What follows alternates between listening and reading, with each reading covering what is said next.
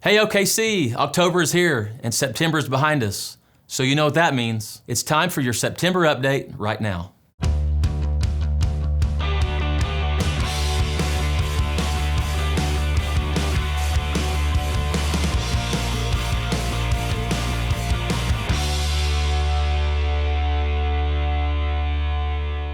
A specialized team of first responders from Oklahoma answered the call and set out for North Carolina to assist those affected by Hurricane Helene. Listen in as OKC Fire Battalion Chief and Oklahoma Task Force 1 Team Leader Brad Smith addresses our local media before their departure. Well, we've been preparing for the past couple of days in anticipation of this deployment to North Carolina. And what we have is 16 highly trained individuals who are trained in swiftwater and floodwater rescues.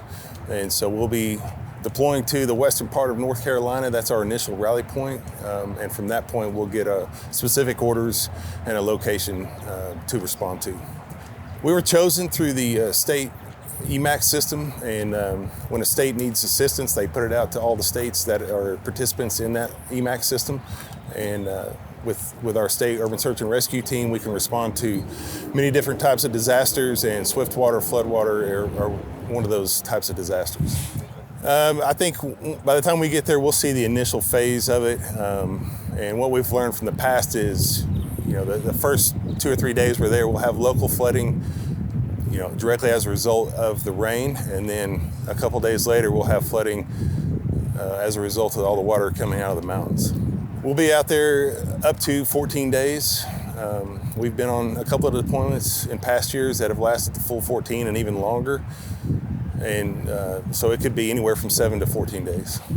The team, which includes 10 Oklahoma City firefighters, 2 Oklahoma City police officers, an IT technician from Oklahoma City, as well as firefighters from Norman, Tinker, and Yukon, left the Police Fire Training Center on September 26th at 6 p.m. As a Type 1 swiftwater rescue team, Oklahoma City Task Force 1 responded to life-saving operations in flood-affected areas. They embarked on their mission on September 26, initially heading to Conover, North Carolina, but were redirected to Mill Spring, Tennessee due to rising floodwaters. While traveling near Erwin, Tennessee, they encountered significant flooding on the Nolichucky River and were alerted by locals to an elderly man clinging to a porch. The team swiftly rescued him and his dog, then proceeded to rescue a man, a woman, and 2 other dogs from another location. They also rescued an elderly woman who jumped from her home into the water.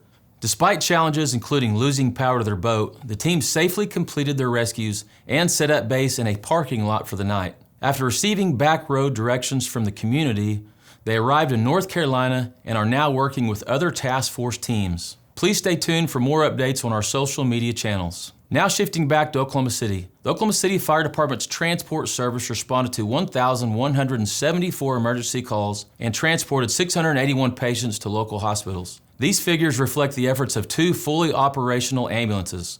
As of October 1st, the department has added a 3rd ambulance with plans for another to be operational soon. In the month of September, firefighters responded to a total of 8,332 emergency calls, 58 structure fires, 71 vehicle fires, 650 auto accidents, 27 elevator emergencies, 23 entrapments with injuries, over 260 grass and trash fires. And the Oklahoma City Police Department assisted firefighters with extinguishing one of these grass fires near Southwest 29th in Portland by utilizing the Bambi bucket. A big shout out to the Oklahoma City Police Department for their assistance. We now want to take you to the scene of a commercial fire alarm that happened on September 26th at a vacant 3-story building near downtown Oklahoma City. Hi, my name's Greg Lindsay. I'm the battalion chief in District 603. We responded today on a commercial fire alarm at this building that's currently vacant right here at 6th and Broadway.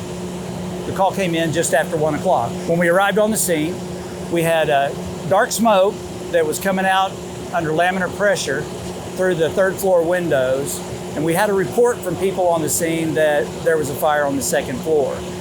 So once crews made access into the building, they got to the stairwell, got up to the 2nd floor, and the fire was just at the top of the 2nd floor stairwell. When we arrived, we didn't see anybody in front. As we made our way around to the back of the building to do a complete size up, there were people that were coming out. We were later told they were trespassing in the building. So when we got to the 2nd floor, there was high heat noticed, and there was quite a bit of smoke up at the ceiling level. Luckily, right at the top of the stairs, just to the left, there was one room there that had the majority of the fire inside it. They were able to make a quick knockdown. Yeah, no injuries that we found here. Even the people that had been trespassing, nobody was complaining of any trouble breathing or anything. And mostly they left through the back of the structure, and we haven't seen them since. I will say that we did have a report from the owner that they've caught somebody in there several times in the last couple of days. They keep moving them out. They've seen him in there again this morning. We feel like the fire is definitely suspicious, so we've called for an arson investigator to come out, and they're going to speak with this individual. Thank you, Chief Lindsay, for joining us and sharing your insight as an incident commander. Moving to our fire prevention office, we want to give a shout out to our code compliance department for their outstanding work in inspections across OKC. They are dedicated to ensuring our community's safety through code compliance. In the month of September, 29 fires were investigated by OKC fire investigators. 6 juveniles were referred to our Youth Fire Setter Intervention Program, which is a program designed to educate young people about the dangers of fire and to address behaviors related to fire setting. These programs often target youth who have shown interest for playing with fire or have been involved in fire-related incidents. 11 fires were deemed to be arson, with 5 cases referred to the District Attorney's Office. 7 fires currently remain undetermined. 6 fires were ruled as accidental. September investigations by the Oklahoma City Fire Investigation Team have highlighted 5 prevalent causes of accidental fires in the community, shedding light on the need for increased awareness and safety precautions. Here are the 5 accidental causes: unattended cooking, which remains to be a leading cause of residential fires; mechanical failure of an exhaust fan; another fire was from an electronic charging pack overheating; improper use of electrical extension cords has been the culprit of several fires in recent months. And improper disposal of smoking materials continues to spark fires across Oklahoma City. By bringing awareness to the cause of accidental fires, the community can work together to reduce risk and ensure a safer environment for us all. On September 4th, Recruit Class 24-1 kicked off with 60 recruits, starting an 18-week fire academy. Let's check in with Major Court Smith to get an update on how the academy is progressing. So Class 24-1, we're essentially running 2 separate academies at the same time. One of them is what we call our Accelerated Academy. We've got 15 recruits in that. That's an 8-week program where all the recruits have all the requisite certifications to go out and ride on a fire truck. So basically what we're doing is just running them through hands-on skills for 8 weeks. The other academy, the Long Academy, is an 18-week program. Those recruits they're going to spend their first 7 weeks in the classroom, except for about 3 hours every morning. They'll come down and do PT and some skill work. They'll graduate after 18 weeks. Their last 10 weeks of the academy will be nothing but drill field Monday through Friday. Yeah, the way we train here, especially on the drill field, everything's about reps. So you'll spend a couple hours learning like one small chunk of, say, how to throw a ladder, right? And you'll learn just basically how to shoulder a ladder and stick it in the ground, shoulder it, stick it, and they'll do that hundreds of times for probably the first week before they ever even take a step with the ladder. Basically, we don't train till they get it right. We train till they can't get it wrong, so they won't even know how to do things the wrong way. In the classroom, we go through the essentials manual for their Firefighter 1 and Firefighter 2 certification as is required. But in addition to that, we've written our own curriculum in-house. We've got a lot of fire service history. It goes all the way back to ancient Rome up through modern times. Because we really want them to be very, very steeped in history. That's something we're trying out that's brand new for this class. In the past, we focused so much on just the physical aspects of firefighting, we've let our history kind of go to the wayside, and I think that was a mistake. We want these people to have a lot of pride, but we don't really give them something to take pride in, so we're hoping to correct that with this class. But yeah, we're really hoping to get out really well-rounded firefighters, highly skilled, who are happy to be here and proud of the job that they're going to do for Oklahoma City. Thank you, Major Smith, and a big thanks to the training staff for their hard work in preparing our next generation of firefighters.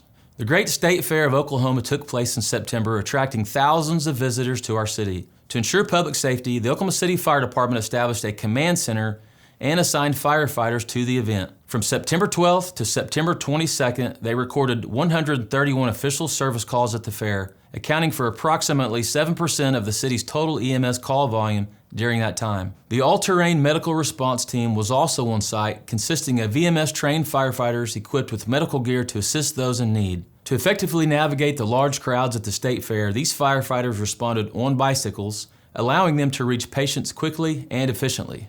Also in September, Fire Chief Kelly hosted a special luncheon that brought together former OKC fire chiefs to reflect on the history and achievements of our department. It was a wonderful opportunity to hear inspiring words and wisdom from past leaders of the Oklahoma City Fire Department. A big shout out to Emergency Vehicle Technician Doug for being named a finalist for Emergency Vehicle Technician of the Year by Firehouse Magazine. A huge thanks to all our mechanics who work tirelessly behind the scenes to ensure our firefighters can respond safely and promptly. Chief Smith and Major Mercer had the privilege of participating in the 9/11 ceremony at the National Fallen Firefighters Memorial in Emmitsburg, Maryland. Major Mercer was proud to serve as the official bell ringer for the ceremony, paying tribute to the fallen heroes.